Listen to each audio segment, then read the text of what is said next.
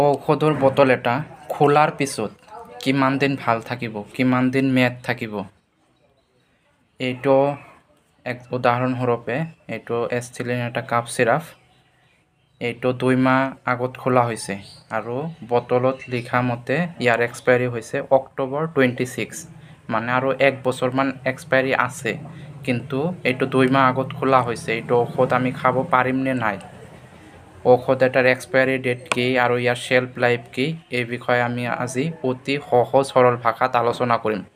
মই ফাৰ্মাচিষ্ট মহবৰ আলী, আজি এই বিষয়ে আলোচনা কৰিম। Let's start.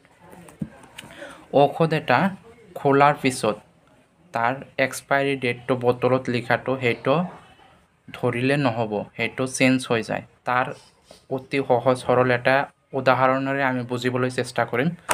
এইটো এটা চিপছৰ পেকেট আছে মোৰ হাতত।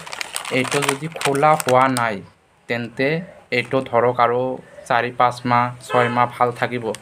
কিন্তু যদি আমি এই চিপছৰ পেকেটটো খুলি দিলোঁ তেন্তে কি চিপছৰ পেকেটটো খোলা হৈছে, এতিয়া কি এইটো 5-6 মাহ ভাল থাকিব নেকি? কেতিয়াও নাথাকে, এইটো অতি সহজতে বেয়া হৈ যাব।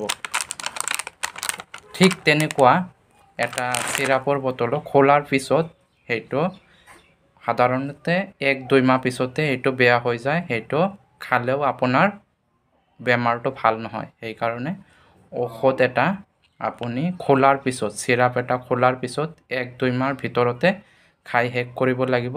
আৰু যদি শেষ নহয়, বেমাৰটো ভাল হৈ গ'ল, শেষ নহয়, তেন্তে সেইটো পেলাই দিব লাগিব, ডিছকাৰ্ড কৰি দিব লাগিব।